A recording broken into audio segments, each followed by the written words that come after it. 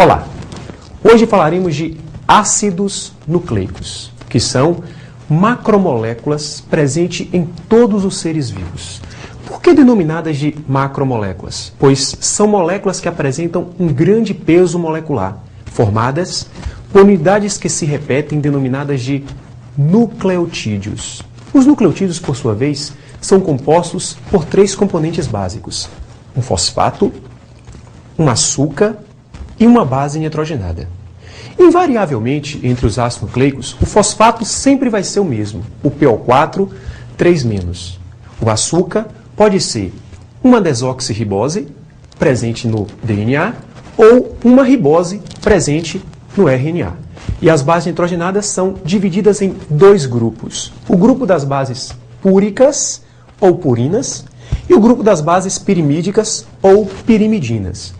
As bases púricas, elas apresentam dois anéis carbônicos, e são a adenina e a guanina.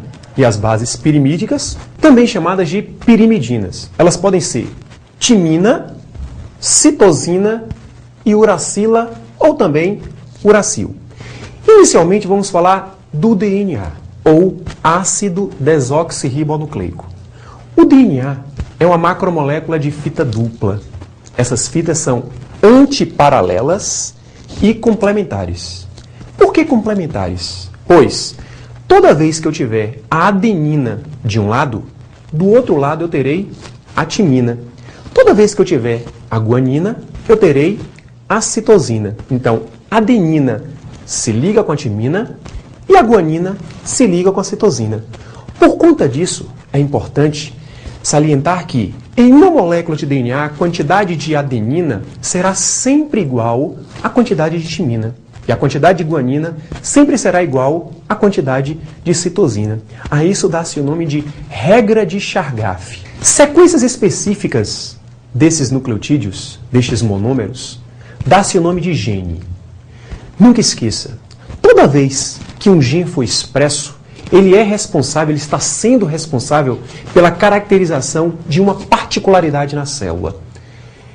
O DNA também tem uma outra particularidade. Ele, por ação de enzimas específicas, tem a capacidade de se replicar. Essa replicação acontece em uma determinada fase do ciclo de vida da célula, chamada de intérfase. Para ser mais específico, na fase S, na fase de síntese. E essa replicação do DNA, ela é a base da hereditariedade, pois esta replicação, o DNA dá origem a duas novas moléculas, conservando metade da molécula mãe. E ela é denominada de replicação semiconservativa. Nunca esqueça, jamais esqueça isso, que o DNA é a molécula informacional, é a molécula que detém, que possui, que tem a capacidade de caracterizar tudo e qualquer particularidade do nosso corpo, de nosso organismo, de qualquer e de todos os seres vivos. O DNA é a molécula mestra. É ela que é responsável pela caracterização do mundo vivo. Um outro ácido nucleico importantíssimo, também para a expressão da característica, é o ácido ribonucleico, ou RNA, que, diferentemente do DNA, apresenta apenas uma única fita de nucleotídeos. Por isso dá-se o nome de ácido nucleico de fita simples. Outras diferenças são observadas. Por exemplo, no RNA há a uracila ao invés da timina e o açúcar não é a desoxirribose, é a ribose. Todo RNA, sem exceção, é formado do DNA através de um processo chamado de transcrição, que envolve enzimas específicas chamadas de RNA polimerase. A transcrição em todas as células eucarióticas acontece no interior do núcleo.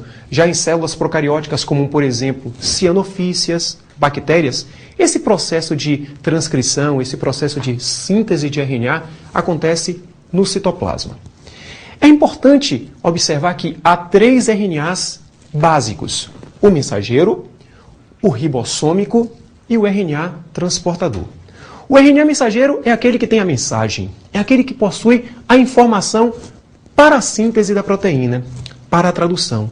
O RNA mensageiro, ele é formado a partir da informação nucleotídica da molécula mestra, do DNA. O RNA ribossômico é aquele que participa da construção do ribossomo, organela imprescindível para o processo de tradução. E além do RNA transportador, que transporta os aminoácidos de maneira específica para o processo de tradução. Diante disso tudo, é importante observar que, para a formação do RNA mensageiro em células eucarióticas, há um processo importantíssimo denominado de splicing. O splicing tem como objetivo retirar regiões inativas para se formar um RNA mensageiro chamado de maduro.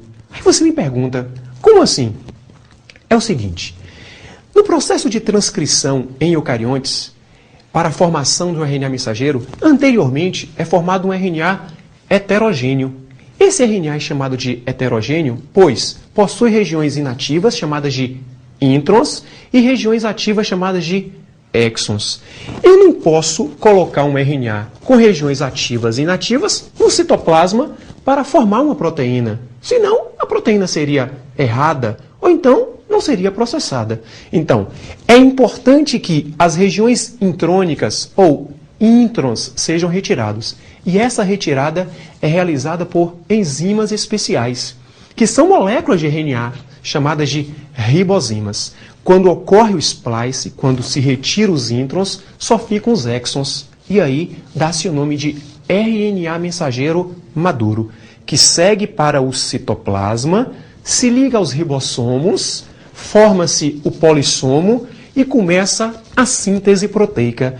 O RNA transportador chega a um sítio específico e deposita no sítio, não se esqueça, no sítio P do ribossomo, o primeiro aminoácido, a metionina. E aí se processa a tradução. Diante de todas essas informações, nunca esqueça que as diferenças básicas entre DNA e RNA são extremamente exploradas. Lembre-se que o DNA tem 2 fitas, o RNA só tem uma, que o processo de duplicação do DNA é chamado de replicação, que o RNA não se replica, que o RNA é formado através da transcrição, por ação de enzimas, que o DNA tem timina, que o RNA tem uracila, que o DNA tem desoxirribose e que o RNA tem ribose. E não esqueça, não há diferença entre DNA e RNA quando você analisa fosfato e bases púricas, que são iguais, tanto no DNA quanto no RNA, a adenina e guanina. Estude bastante e até a próxima.